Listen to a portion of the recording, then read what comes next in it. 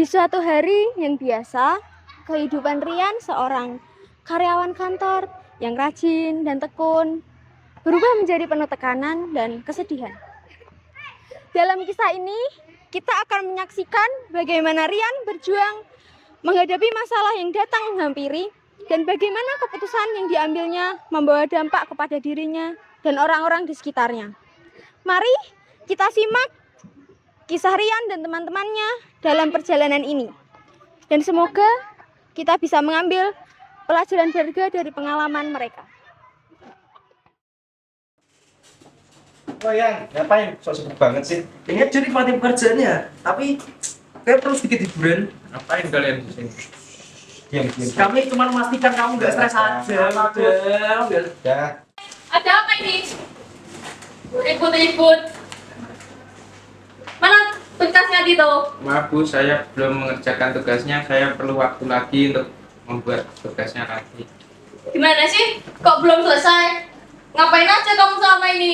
Saya minta maaf Bu, ini saya ulangi lagi. Kamu terlalu sering minta maaf loh.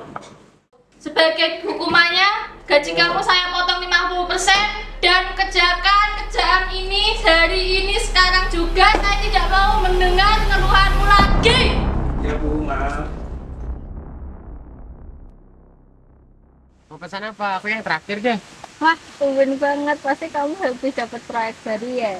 Pasti kamu dapat bonus besar kan? Lumayan lah. Yuk pesan. Oke. Mau pesan apa nih kak? Pesan teh 4 sama roti 4. Oke kak, tungguin ya kak. Ya. Kamu kenapa sih Rian? Ada masalah ya?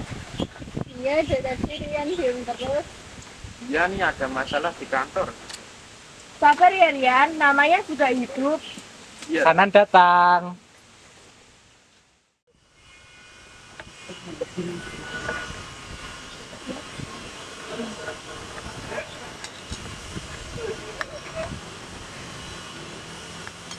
Silahkan dinikmati kak. Terima kasih. Ya. Yuk dinikmatin dulu aja biar tenang. Habis ini kalian ikut aku. Gimana? Rahasia lah. Mereka pun pergi ke rumah Ibu Pendeta Mary. Mereka meminta bantuan Ibu Pendeta agar Rian diberi pencerahan dan supaya Rian tidak merasa tertekan.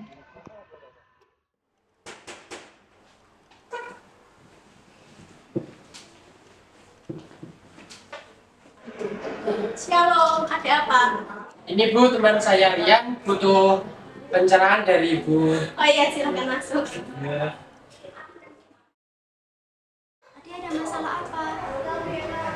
Ini Bu, namanya Rian. Dia punya masalah di kantornya.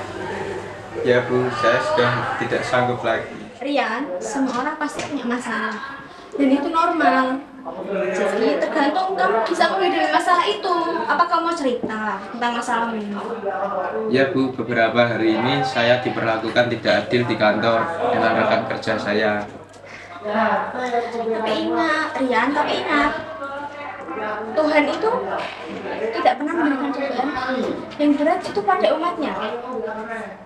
Mungkin ini caranya mengajarkan kamu itu untuk menjadi seorang yang lebih kuat lagi.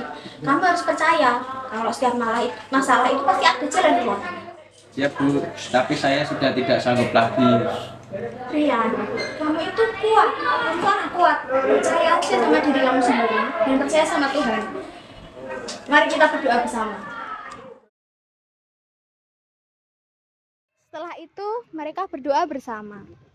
Mary memberikan kata-kata pencerahan dan semangat untuk Rian.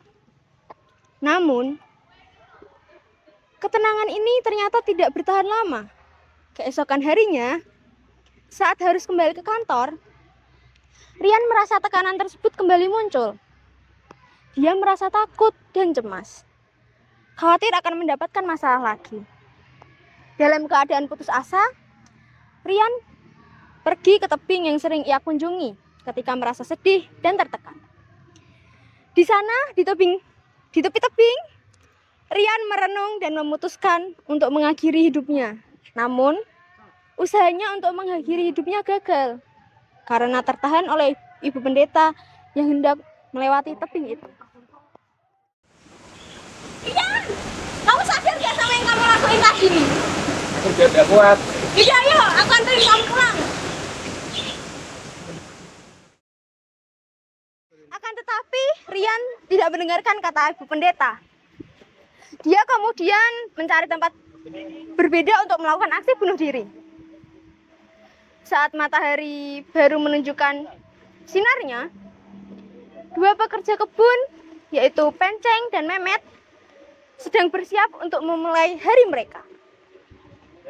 Mereka menemukan sosok yang seperti tiduran di tanah.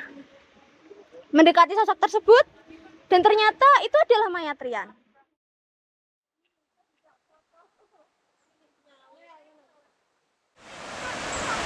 Aku kesel bajingan.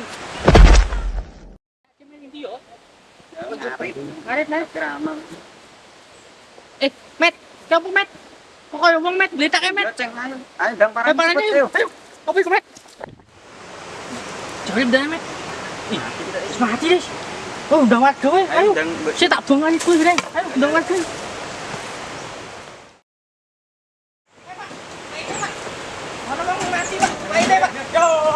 Kayak gitu. Wah, ya Allah. Parah ini. Itu tiba kok kono iku, Pak. Ya ini dhuwur banget lho. Balik sih, balik. Balik. Yo. Ayo angkat. Pak, buat Pak, wong Pak. Wong lemu. Iki, Pak. Amal iki, Pak. Terus. Sangat disayangkan buat itu memilih jalan tersebut. Kita semua harus ingat bahwa selalu ada jalan keluar dan bantuan yang bisa kita temui di sekitar kita. Jika kamu merasa tertekan atau sedih, jangan ragu untuk berbicara dan mencari bantuan. Kata motivasi yang terkandung dalam film singkat ini, poin yang pertama yaitu setiap masalah pasti ada jalan keluarnya. Percayalah pada dirimu sendiri dan percayalah pada Tuhan. Ini mengingatkan kita bahwa tidak ada masalah yang tidak bisa diselesaikan. Kadang, solusi muncul dari tempat yang paling tidak kita duga.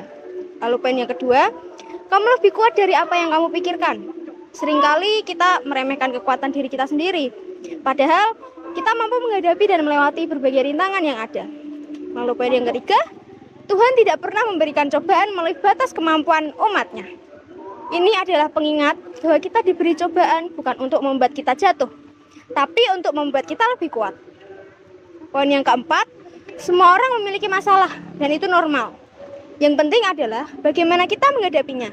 Ini adalah pengingat bahwa masalah adalah bagian dari hidup dan cara kita menghadapi yang menentukan hasil akhirnya.